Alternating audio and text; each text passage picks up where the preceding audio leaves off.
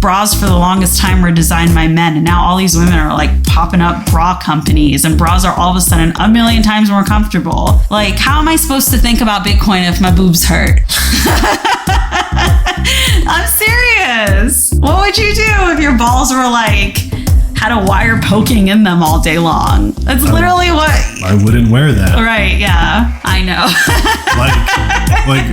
That's my question is... I know, a lot of women stopped wearing them. Why are you wearing stuff that hurts? The whole bra burning thing, and they were ostracized, right, from society. Anyways,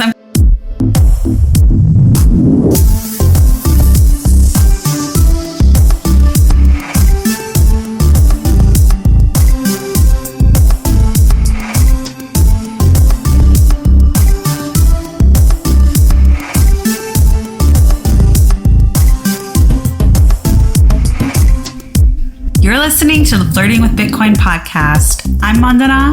I'm Ian. That's Keon. And we're the Receffies. My husband loves Bitcoin, and once a week I let him talk my ear off about it. Yeah, I'm a real cheap date. Cheap maybe, but it's a lot of work. If I'm going to do something, may as well do it the best way possible. And Flirting with Bitcoin is audience funded without ads or sponsors. This ain't your grandma's podcast. This is podcasting 2.0. But we can't do this for free, babe. We have Bitcoin to buy and a new mouth to feed. See? Our son agrees with me.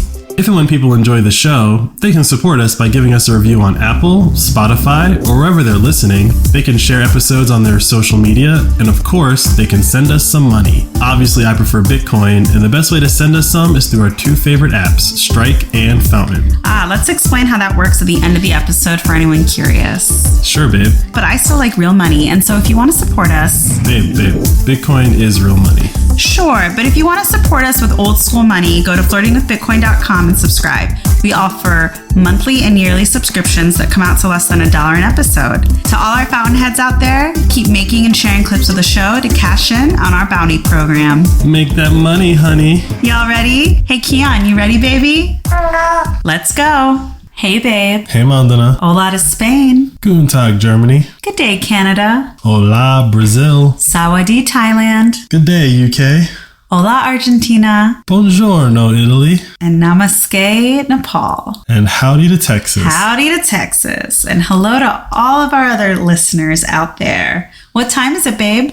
The current time is 8:01:251. We're approximately 1,129 blocks since our last recording, and we are 38,749 blocks until the halving. And if I gave you $1, how many acres could I get on Bitcoin Island? Today, you could get 3,423 acres, aka Satoshis, on sunny Bitcoin Island. And what about other tangible things? Eggs, beef, gas? You can get a dozen eggs for 3,799 Satoshis. You could get a pound of ground beef for 12,316 Satoshis. And you can get a gallon of gas for 9,064 Satoshis. Do you know the price of a movie ticket? PricedInBitcoin21.com does not provide movie ticket prices. How much do you think a movie ticket costs right now in America? Because you haven't been to the movies in a long time. Very long time. What's your guess? It's over $20. So I just went to the movies this weekend without Ian. It was $19. You're close, but inflation hasn't hit us that hard. We're still under $20 apparently, which is crazy. I mean, but that's not like the bougie movie theater, right? It was a nice movie theater, yeah. There were like leather seats, but they didn't recline. They didn't recline. You can't be living like the poors. I know, it was really embarrassing. So yeah, I saw the Barbie movie, babe. Yeah, I heard. In the Barbie movie, they're all like, oh, I'm this Barbie, I'm Beach Barbie, President Barbie, Scientist Barbie, Dr. Barbie, Supreme Court Justice Barbie. And I decided that I'm Bitcoin Barbie. Okay. Do you like that? Sure. So what does Bitcoin Barbie look like if I was a Barbie, you know? I don't understand. Like, what's her accessories? A Bitcoin wallet? A hardware wallet, a signing device. A signing to what else? A node strapped to her backpack. Yeah, she's got a Safedine's book tucked under her arm at all times. Or is it just like, I'm a podcaster, so I have like my podcast mic, my headphones.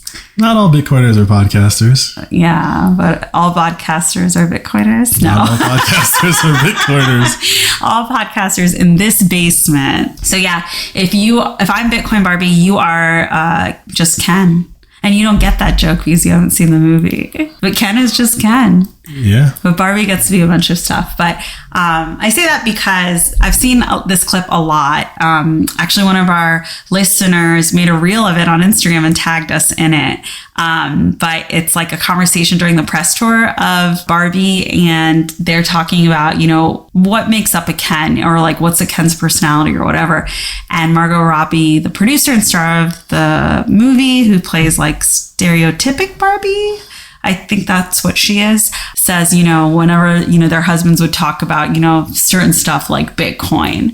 And so that clip, like everyone's just posting. You're nodding your head. You've seen it, right? Yes, that permeated into my world. Yeah, like I guess maybe they're saying it condescendingly, but then like maybe they're not. But she's saying, her husband and the other guys on set were talking about Bitcoin. So from there, I thought, well, there should be a Bitcoin Barbie. It seems like whoever made this movie missed prime opportunity. Recast it. I know. But like there's a lot of jokes in there about like the stereotypes of certain guys. And you would, I think, like the movie. It's really funny, but you don't fall into any of those stereotypes, of course. But they didn't make any like crypto jokes, which I thought was kind of the missed opportunity. Depends on when they shot the movie. They shot it like in the past year. The past year? Yeah. During the crypto blowing up all over? I know. That's why they should have made the joke about it. Because, like, I don't know. One of the jokes is, like, that Ken's really like horses, which I assume means, like, one of the accessories. It's all, like, based on the accessories that these dolls had throughout the decades, but I assume Ken's always had horses or something, and they loved like karate. I don't know, but no crypto jokes in the movie. Oh well, missed opportunity. But maybe Barbie 2, the movie Barbie 2, that'll come out undoubtedly one day because there's no original ideas anymore. We'll have a Bitcoin Barbie, and I'll be it. Yeah, that would be awesome. If you could be Bitcoin Barbie in a movie, that means I could be on set with the dudes talking about Bitcoin. Hopefully by then the girls are talking about it too.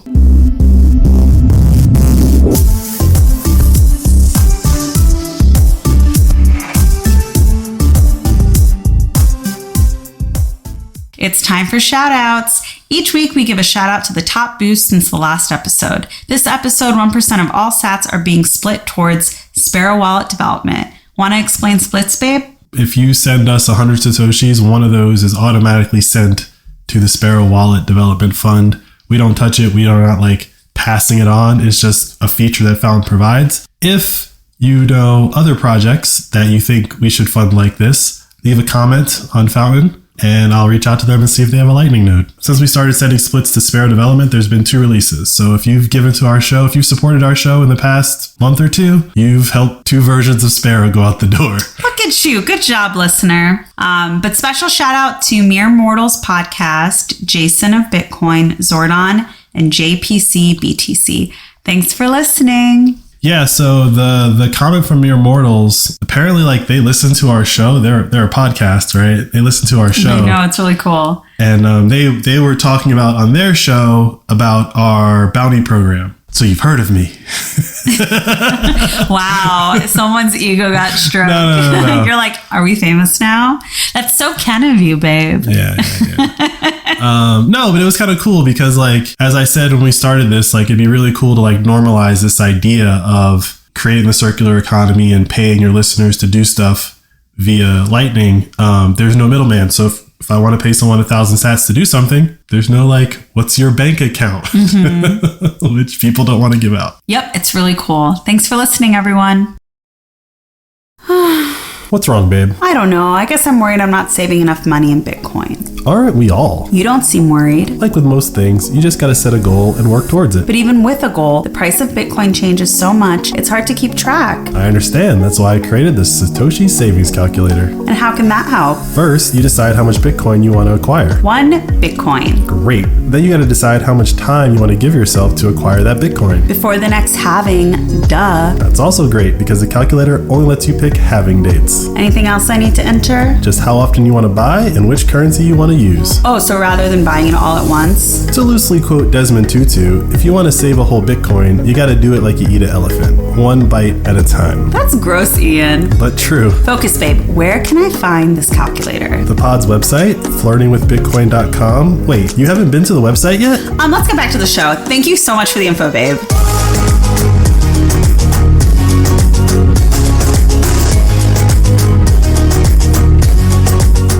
All right, babe. So I've been really busy watching the Barbie movie. What's been going on? But in all seriousness, there's like a lot of social commentary around that movie. I wasn't really into Barbie growing up, so I like watched it and was done with it. But people are analyzing it. They're feeling feelings. It's really interesting. I'm interested to see what comes of it, and like it's all around like what it means to be a woman. But like I'm not joking when I say like I don't know if I'm Bitcoin Barbie. There's a lot of other women in this space that are more into it. Like the whole idea is that women can be anything. And so I would hope that sooner than later, it's like a very mainstream concept that women are into Bitcoin, you know, which is like the idea of Barbie. It was like before there was Barbie, there were just dolls where you were just mimicking motherhood and you had a baby. And then Barbie came, and Barbie specifically like doesn't have a kitchen in her house and like doesn't have children and just like has jobs. So there's a lot of analysis around it. So when I say like Bitcoin Barbie, like let's make it happen, guys. Let's bring it into the mainstream. It has a B in it. Like it's there. The alliteration is there. All you need is alliteration, right? Yeah. Yeah. So there's just like a lot of analysis that's happening around it. And I can't help but pay attention to it because the marketing team has just like been insane. They could solve any problem on earth, I think, the marketing team for this movie, right? It's seeped into your life, right? Yeah, because Margot Robbie said the word Bitcoin. There you go. That easy. That easy. Yep. Yeah. That's how I heard the quote. Like she didn't say they were sitting around talking about football or basketball. She specifically said Bitcoin. Dogecoin. She could have chose any word in the world. Granted, she's probably telling the truth, right? But like... Yeah, it sounds like her husband's a Bitcoiner. Probably. Yeah. The best husbands are. I don't know about that, but I mean, that's a very easy answer for why there's no Bitcoin Barbie. Because it's Mattel? No, because on two angles. We can go from the Barbie angle or the like Bitcoin angle. From the Bitcoin angle, it's that Satoshi Nakamoto, he, they, she, whoever this happens to be, them, sent the white paper to a very specific mailing group. And I'm willing to bet there are either A, no women in that mailing group, or B, if they are, they were not girls who played with Barbies. Mm-hmm. Yep. Right? I mean, yeah, like, I wasn't a girl who played with so Barbies, like, so. But from the Mattel side, like, Barbie is not about, at least the way that I've always understood Barbie, Barbie was never about like creating new things. Barbie was about like, you can do that thing that already exists. Yeah. So yeah, cool. Like there was no chance of there being a Bitcoin Barbie. Again, yet. Yet. But my point is that like, it's very interesting how humanity is broken down where women are not either interested or involved in a lot of, I won't say a lot of, but specifically in this particular case, there almost certainly were like 0 women involved in the thing because it's so nerd and tech driven that it's like, well, that's just not a domain for women for whatever reason that is. You know, I think about this a lot. I think a lot of society that women are now have spaces in or are welcomed into those spaces have been designed by men. And what women are doing right now is kind of redesigning those things. Often, a lot of things that women deal with, interact with, consume, those were designed by men because women weren't in manufacturing jobs or, you know, medical jobs, those types of things. And so what they're seeing is, wow, none of this serves me, or this is really uncomfortable. Whether it's a piece of clothing, it's medicine, it's a kitchen device, all of these things, they need to be fixed. And so what's happening is women are coming in and they're improving these things, whether it's for men and women or just for women. Right. So like there's this whole thing that's happening around medical studies where up until I think a decade ago, there were just medical studies weren't done on women. And so a lot of data around what happens to a person when they get some type of illness or how to remedy that illness, it's based on a man's body.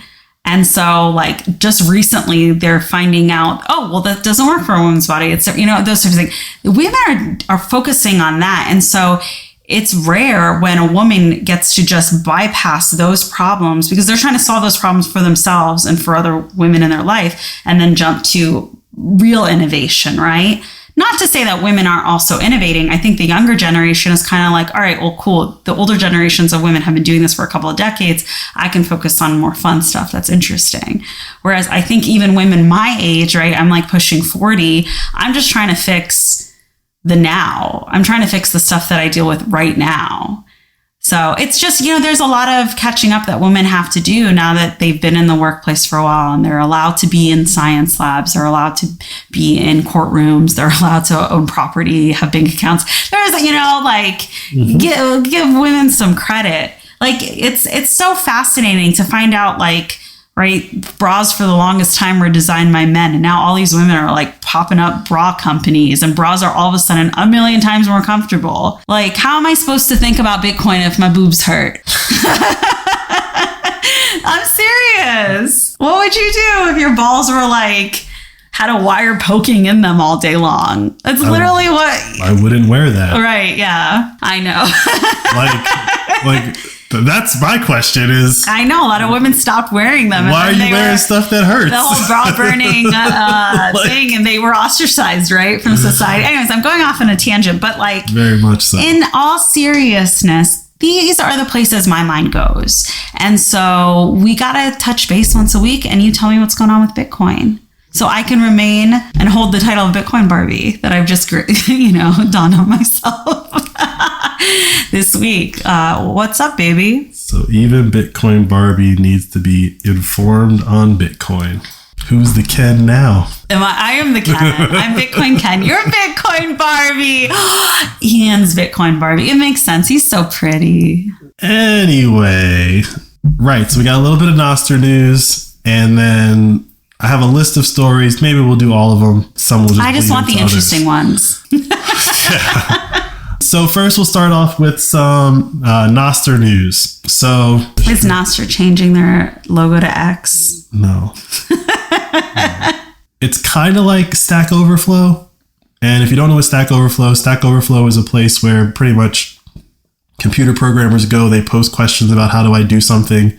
People give answers, and then the person who posted the question like rates the answers as far as like what actually helped them. And then over time, when people come look for the same question, they find the same answer. Like Yahoo Answers. And yeah, and you upvote, you know, so that kind of concept of answers. And this is like all software engineers, all software programmers use this website. If you write code and claim you didn't use this website, you're a liar. And so someone is trying to produce that on Nostr. And again, instead of the just upvoting, actually having a Satoshi amount associated with like, oh, this answer gave me 1,000 Satoshis worth of value. And those answers would just sit there, and that's how they would rank like what is the appropriate answer.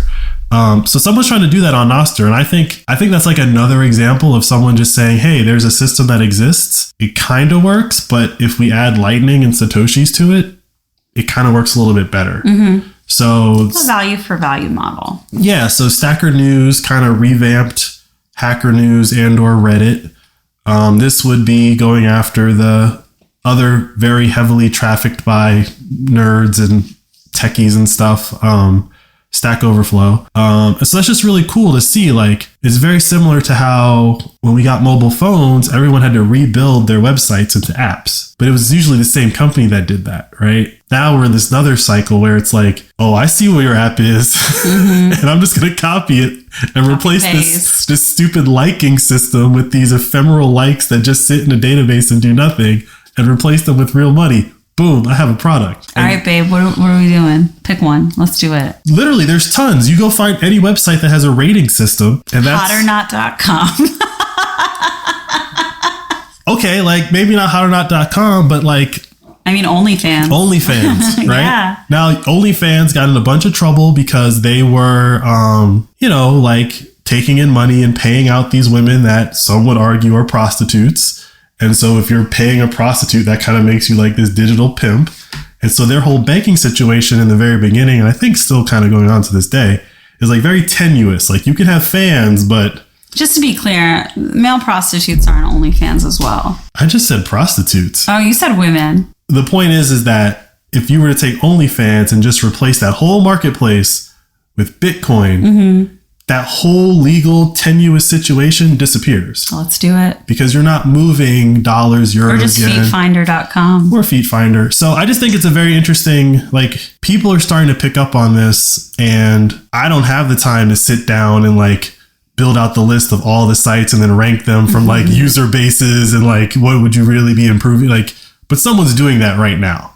And I don't think these people, it's called Swarmster, I don't think these people like stack ranked and like built an actual plan to do this. I think they just wanted to do this. But someone right now is sitting down building out that spreadsheet saying, oh, if we do this but with Lightning, it is the best choice from all the choices out there to like rebuild in the new value for value world. I wish we had time to do that. We might have some more time after the next halving. Hey. And another piece of Nostra news is that, I've been an avid Amethyst user. I know if you do go on there, you use Damus. But there's a new kid on the block in the Android world called Primal.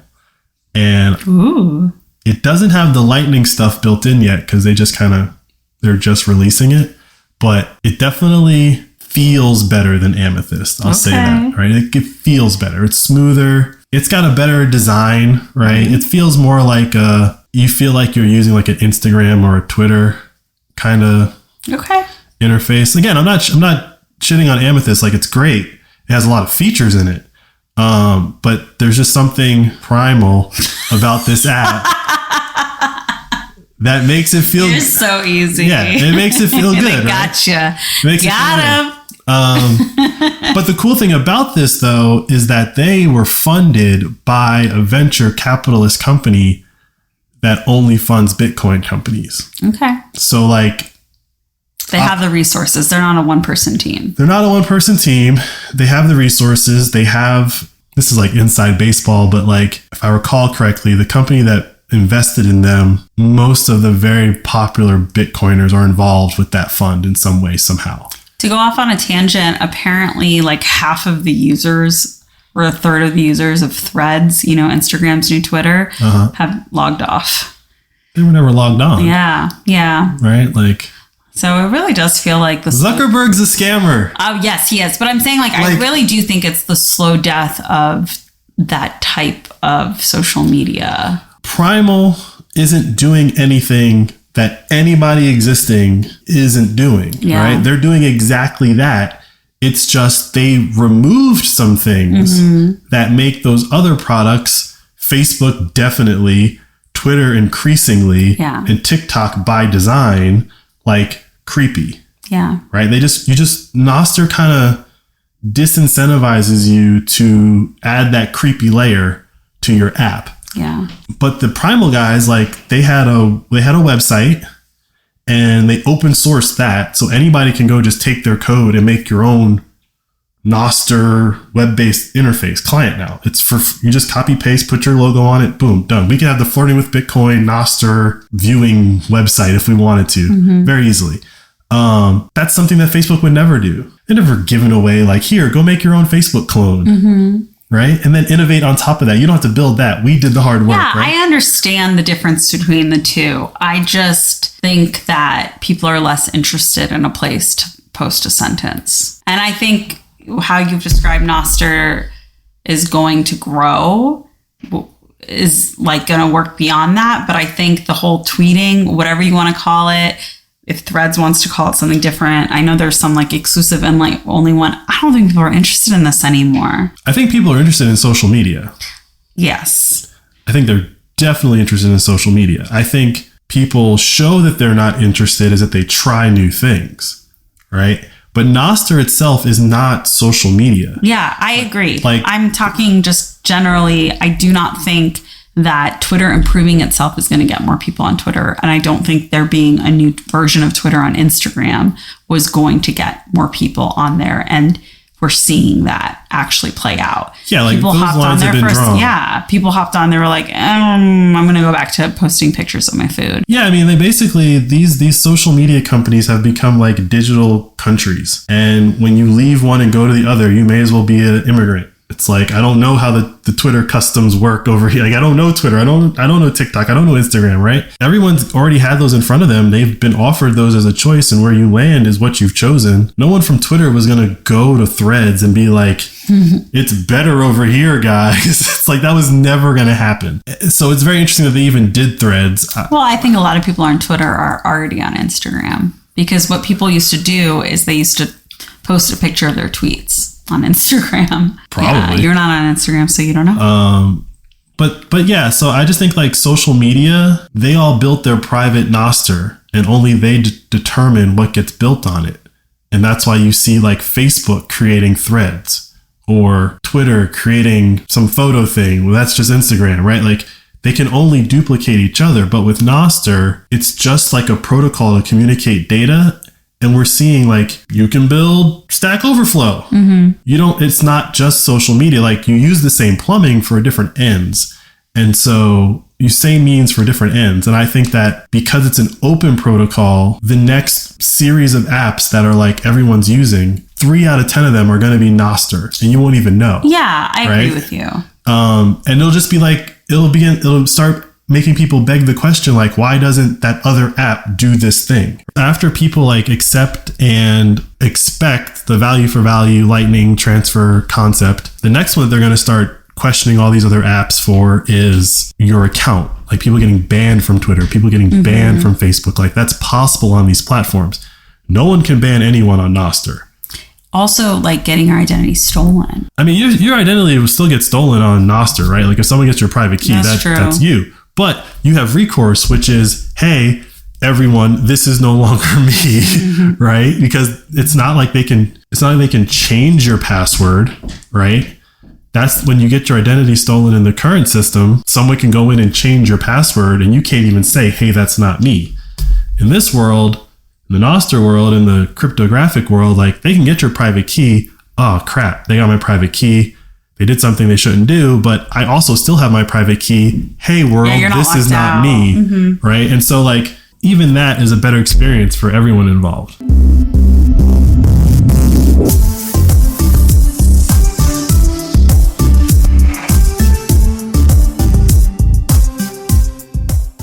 All right, babe. No more Nostr. What's going on with Bitcoin? Got a follow-up from a story we did a while ago where we were talking about Azteco, and we were like, what is Azteco? I still don't know what Azteco is, but there's a Bitcoin wallet now that will directly read those vouchers that they're selling. Oh, yeah. Okay. Right. I remember that. It was like where people could go and exchange money for Bitcoin with a voucher. You exchange your cash for the voucher that can then be pulled into as Bitcoin, right? So there's a hardware device manufacturer. They're new. They're newer than the cold card that CoinKite makes, but they're called Foundation. Their devices look a little sexier. Got like a big color screen and like gold buttons, I think. It looks really nice. So they make this hardware device, but their companion app... You are just so about the aesthetics. I mean, when you're comparing it to like DIY projects, it looks like a nice piece of hardware, but they make a companion app for your phone, right? So this is the app you use when you're using this hardware device. Well, that app called Envoy is what added this Azteco scanning feature. All right, so this is important because it's promoting Bitcoin buying around the world? Well, because now you can convert your cash to that voucher, and when you read the voucher, I'm 95% certain this is what I read. When you read the voucher in, it goes directly to cold storage. Okay. Right? So like the hardware device, the Foundation device, is a cold storage device. You'd scan a QR code and you're sending Bitcoin to your cold storage. Like, it's that simple. You could do it in 5 seconds. You could give them the cash, give you a QR code, scan it in, boom. Okay. So, like, that's a pretty big deal. Because you don't need a bank. Because you don't need a bank, and it doesn't have to go to a hot wallet. Mm-hmm. Well, you know, without that feature, technically, you would have to read that into, let's say, Blue Wallet, which is a wallet on your phone. Mm-hmm. You got the 12 words, but the key is technically on your phone. And then you'd have to move it from Blue Wallet to cold storage. So them adding this feature just skips that middle step. Okay. I kind of understand that. Yeah. I understand it, but I understand the benefit to it. Yeah. Makes it easier for people who maybe don't have those devices, or also people who want to be a little shady. I don't know if they want to be shady. They just want their privacy. Privacy in quotes. More like privacy exclamation mark. Oh. Okay, do you have anything juicy for me? That was a little lame, babe, or tame. I don't know. I got one juicy one, but I'm going to give you like 2 other stories before we get to the juicy one. This is how Ian does foreplay, apparently. I'm going to give you 2 more boring ones before the exciting one. I mean, these aren't... All right, let's hear it. These aren't boring. They're just follow-ups to other things that have happened. Okay. So, chain analysis. So this is people saying they can read the blockchain and trace Bitcoin and... Oh, come at people's privacy. Yes. Yep. Okay. So that's why someone might want their privacy, because someone's made a company to try to remove your privacy. Okay. Right? So what's going on? And I want to read this directly. I want to directly quote this one because this is funny. So the article, the headline reads, Head of Chain Analysis Investigations admits there's no scientific evidence proving their surveillance software works. All right, that makes sense. Elizabeth Brisby, head of investigations at Chain Analysis Government Solutions, Why did it have to be a woman? testified that she was, air quotes, unaware of scientific evidence for the accuracy of Chain Analysis's reactor software used by law enforcement. Yep. I mean, anything that law enforcement uses to claim anything tends to be unreliable. Sure, but I just think it's funny because... Like, this checks out. They got a pretty beefy contract with the government to provide this functionality to law enforcement. And they testified before Congress that there's no evidence that what the government is paying for is working or works. What a joke. Right? Using that to go back to a previous story, that developer who got arrested in the Netherlands, this is what they used. Yes. And I remember saying, like, how do they even know? Where's the data? Like, I remember all of this, and I didn't trust chain analysis. In that episode. Because it's a lot of guessing. What I said in that episode is that it's all probability. Mm-hmm. Having a probability set does not mean that you're correct at the end. Right. It just means that it's possible, but there's no evidence that says that it's real, right? Like, that's really what she's saying. It's like, it's possible we caught those criminals because they were criminals, but I can't prove to you how we did it. It cannot be their sole evidence. Like, it could be, where there's smoke, there's fire, go further investigate. Maybe it could warrant getting a warrant, but even then I feel like it's completely... So... Yeah. It's BS. So, going back to what we were talking about when that guy got arrested, and I was saying, I think this is just to scare an intimidation tactic. The thing that they used to arrest that guy is kind of, they're admitting, maybe. Right? Maybe not. Maybe not, right? And if not, then maybe we shouldn't have that guy in jail. And he's not in jail anymore, but he was in jail for a while. Yeah, his life got disrupted. All right, okay, that wasn't so bad. That was a little juicy. Oh, thank you, Your Highness. You're welcome. What do you have next? So, Nostr is a decentralized protocol, and its first application on it has been social media, i.e. Twitter. But before Nostr and this Twitter clone, there was Mastodon. Mm-hmm. You've heard of Mastodon, right? From you. Yeah, well, from me, but you've heard of it. Well, the FBI raided some Mastodon servers.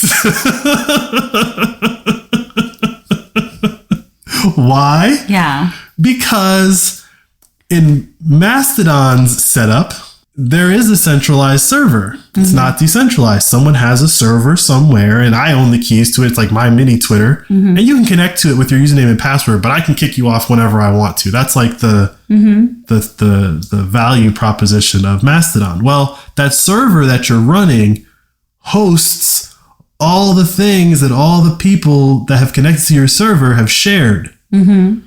So if I share child porn, is that what was happening? That's not what's happening. What I'm saying is whatever you share over Mastodon eventually lands on a server that someone is in charge of, and got to be careful. Got to be careful what you save to hard disk and put your name on, right? Well, that's what they're going after. They're going after. I'm not saying specifically child porn. I'm saying the person that got raided had something on that server that they were coming for, and maybe he knew it was there, maybe he didn't. But if you want to run a Mastodon server, that's the risk you're taking. With Nostr, technically, none of the apps host what's posted. Mm-hmm. Now, there is a website that's taking on a lot of that liability, but for the most part, there is no like DOMIS database, right? There is no Primal. Well, I think Primal does have a web server, but like there is no DOMIS database where like every picture that was shared on Nostr ended up in DOMIS is like responsible for. So yeah, like this is like another example of the government coming for things that are not fully decentralized. If you have a central point of failure, they have a way to get at you. Chain analysis was a way to get at you. That wasn't apparently real. Yeah. Now, but this stuff, it was this artificial front of, we can see what you're doing. Yeah. No, you can't. We all know how fast the government moves. So the fact that they're I won't say it like that, but the fact that they're just raiding Mastodon servers means they got a lot of time to catch up to Nostr. Bro, Mastodon's like 2015. They're finally kicking indoors. They pissed someone off. Are we going to talk about the X? What X? The Twitter X. No? You don't care? The only reason he put that X up there was for you and I to talk about the X. You're right. I don't really care about it. But so then let's not talk about it. Okay, fine. All right. Is this the last story, the juicy story? Now on to the juicy one. Okay. We're skipping over some other ones because they're not important to you based on your reactions. I think I had great reactions. Yeah. But I picked out of this list what I knew you would be interested in. I had to work on that last one, but I knew that I could tie it into what Mandana cares about. You just love when people get in trouble. I do not love when people get in trouble. I love when people understand the trouble that they can get in and avoid it. But enough with the foreplay. So, Coinbase. Go. I have something else to talk to you about after this. Oh, okay. Okay. Coinbase is claiming that before the SEC officially sued them, they came to them directly and they said, quote, "We believe every asset other than Bitcoin is a security." And we said, we being Coinbase, well, how are you coming to that conclusion? Because that's not our interpretation of the law. And then they said, which this just sounds they like... is SEC. SEC. This just sounds like high school gossip now. Yeah. But the point is, and then they said, we're not going to explain it to you. You need to delist every asset other than Bitcoin. Nice. Well, yes and no. I mean, nice for Bitcoiners, but this is what the SEC was saying to Coinbase before they sued them. Yeah. Now, as Bitcoiners, we'd probably cheer that and go, yay, right? But from Coinbase's perspective, that sounds like a shakedown because the SEC has... But they've been saying this for years. But this is... And Coinbase has been operating, you could say, in bad faith all this time. I think both parties have been acting in bad faith. I think that what happened was, this is going a little conspiratorial, but I think this is what happened. I think that there was a financial scheme afoot. And here's what the scheme was. Tell me if this sounds crazy to you. BlackRock finally figures out, Bitcoin, we got to get in on this thing. Mm-hmm. It finally clicked for someone at the top what the halving was. That finally clicked with them. That's what this is. It finally clicked. They said, oh crap, we got less than a year. And they tanked the market. And possibly they are the reason why FTX got caught out in the first place. Possibly. But whatever. What Coinbase is saying, the SEC was saying to them, I think this was BlackRock's first attempt at jacking the price of Coinbase up, of Bitcoin up, after they'd already acquired it. After BlackRock had already acquired their Bitcoin. I mean, maybe, but at the same time, the SEC was gearing up to come after Coinbase. They always were. This didn't happen in a vacuum. Like, there was a lot of other things going on. There were congressional hearing after congressional hearing about cryptocurrency fraud.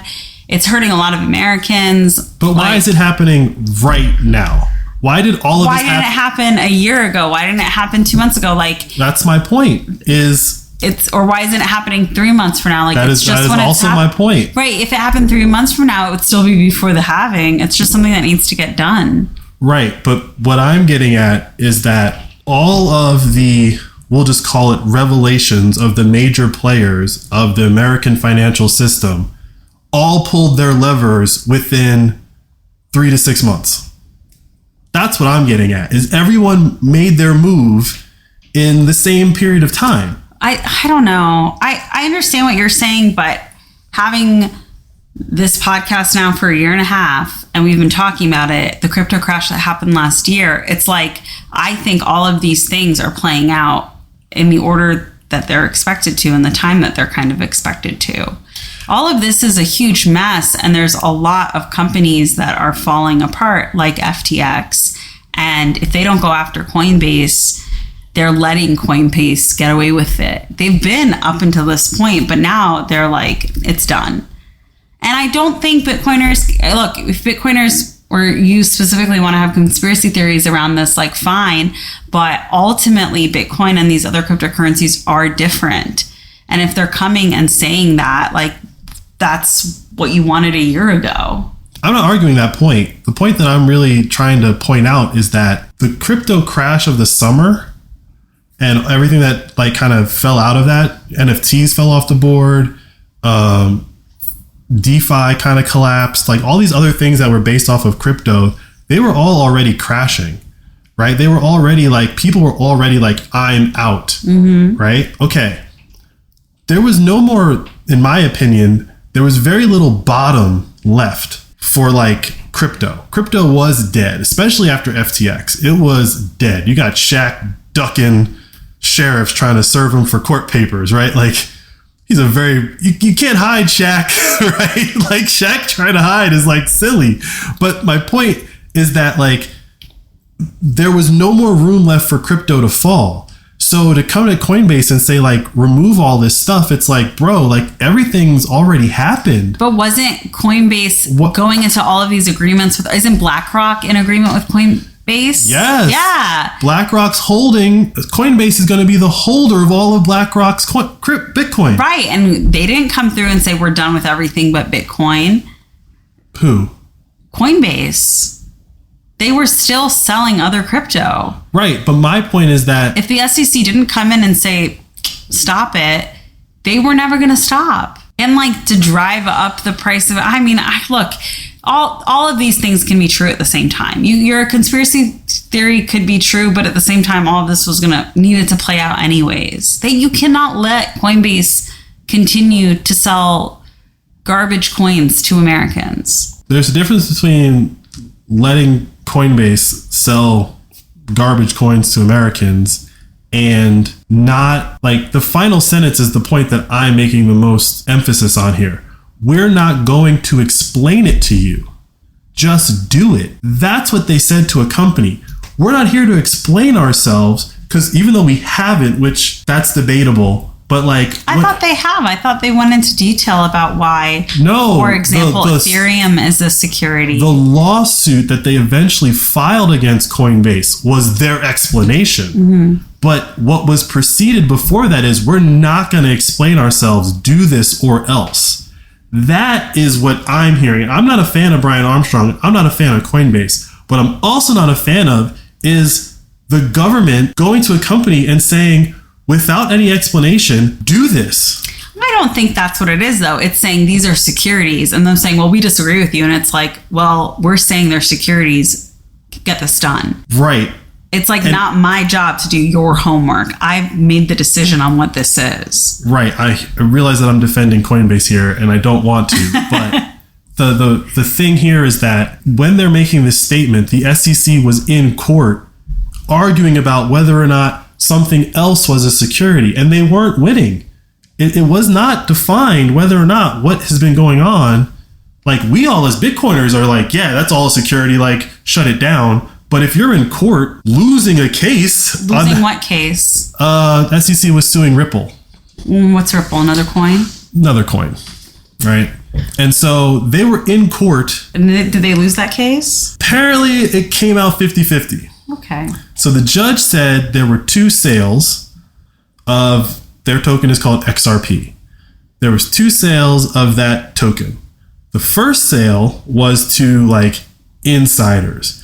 And the judge is saying that either that is or isn't a security. And then there was a second sale that was to retail through the programmatic exchanges and stuff like that. And the judge is saying whatever they said for the first one, it's the opposite. I forget which one is which. Doesn't really matter. But the judge is saying, like, half of this is a security, half of this isn't. That's the best that's come out of court so far.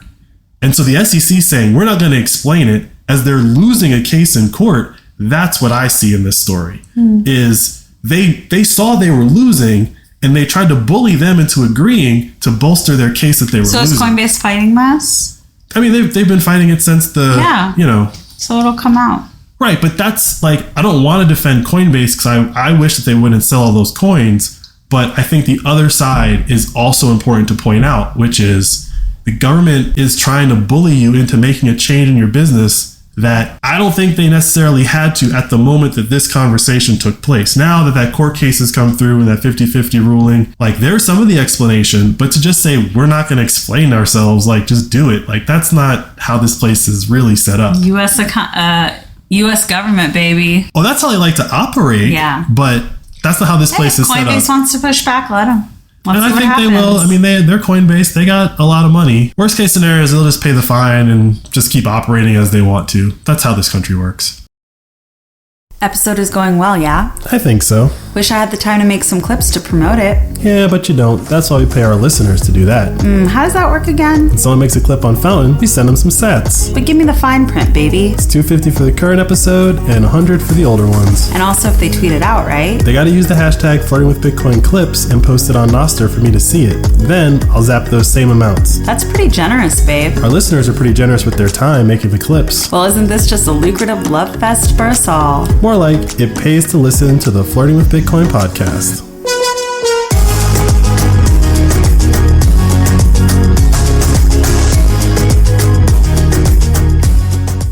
Okay, babe, before we go, what is going on with FTX? Was Sam Bankman-Fried let go? He's never been in jail. So what's going on? Is he getting in trouble? From what I can tell, no. Wow. He made a lot of donations to political people.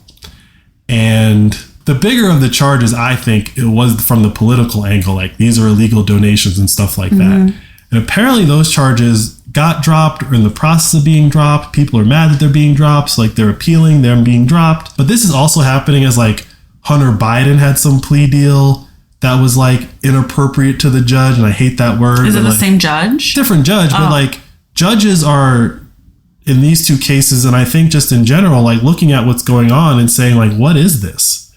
Like, I can't be impartial. Like, I know what this person did, and you're letting them off. Like, something's up here, right? Sam has never been in jail. He was out on bail almost immediately. His bail is a controversy. Even just how he got the bail paid was like a controversy. Everything around this kid is like controversy. But he's never been in jail. He's not a kid. He's a grown-ass man. He's a man-child. That's fine, but let's not call him a kid.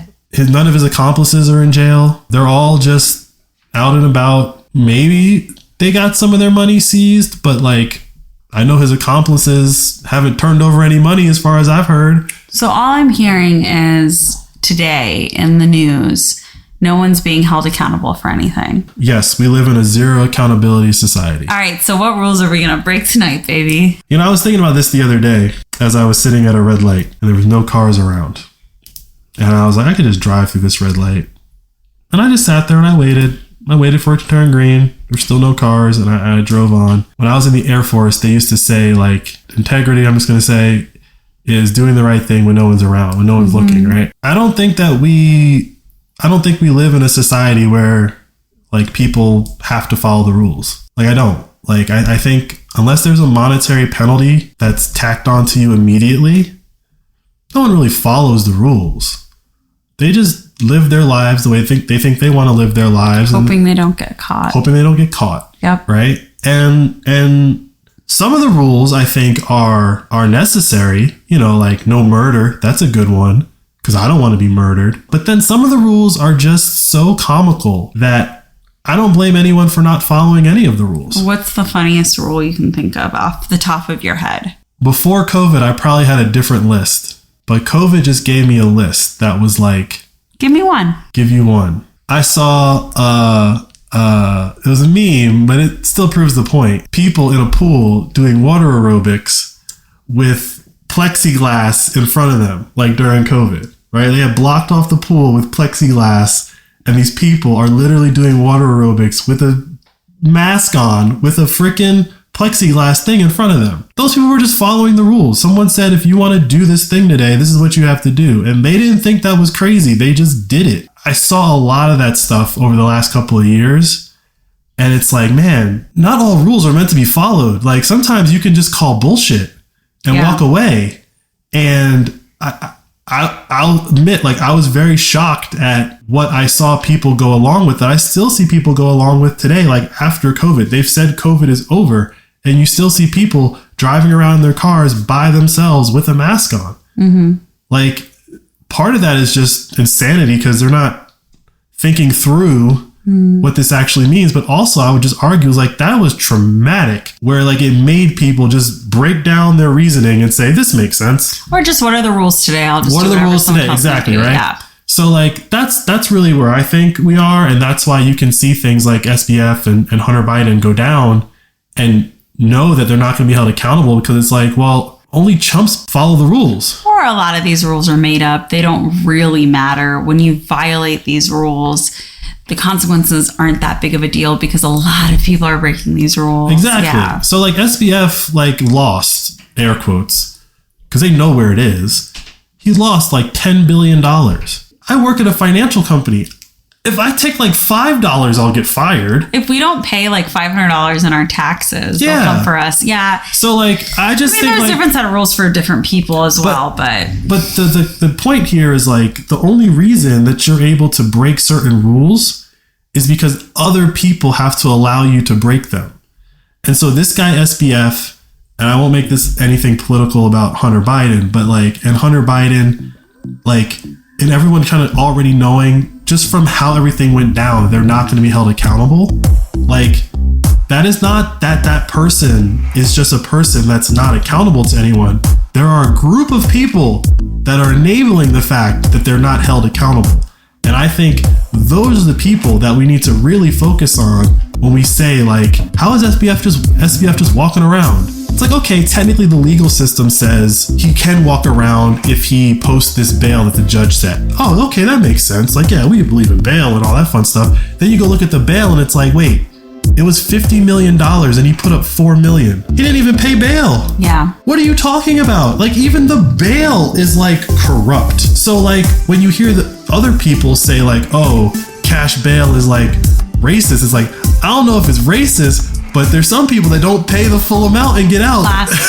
Yeah. And there's some people who pay the full amount and end up right back in because they follow you around waiting for you to do something. Like SPF is just like such a microcosm of our country, and the fact that someone could literally steal and then lose $10 billion and just like walk into Starbucks the next day.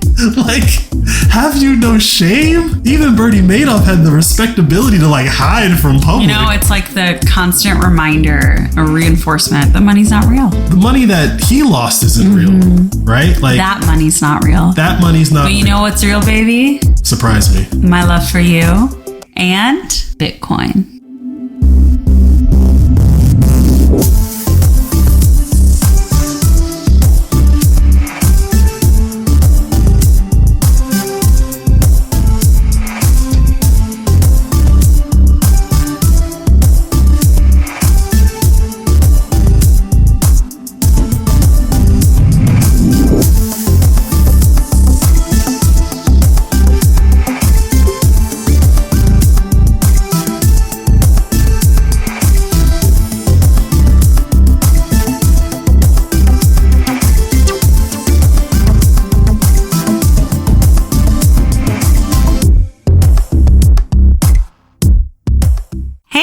Thanks for listening to the show. Now let's get you set up on Fountain so you can start earning money simply by listening to podcasts. It's time to join the Fountainhead Nation.